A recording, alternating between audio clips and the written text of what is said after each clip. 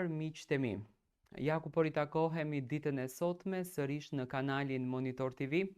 me lajmet më të fundit që kanë të bëjnë me showbizin shqiptar.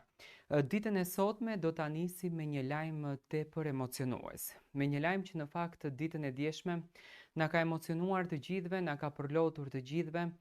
dhe na bëri të gjithëve që të ulemi dhe të mendohemi dy herë se sa e bukur është kjo jetë dhe sa falenderues në fakt duhet të jemi tek Zoti jon për të mirat që po na sjell dhe për dashurinë e madhe që ai ditë na dhuroi në jetën tonë. Egli Tako pikërisht ishte personazhi i cili ishte përzgjedhur nga kjo familje që në ditët më të vështira të jetës së tyre dëshironin që të kenë njerëzit e tyre pranë.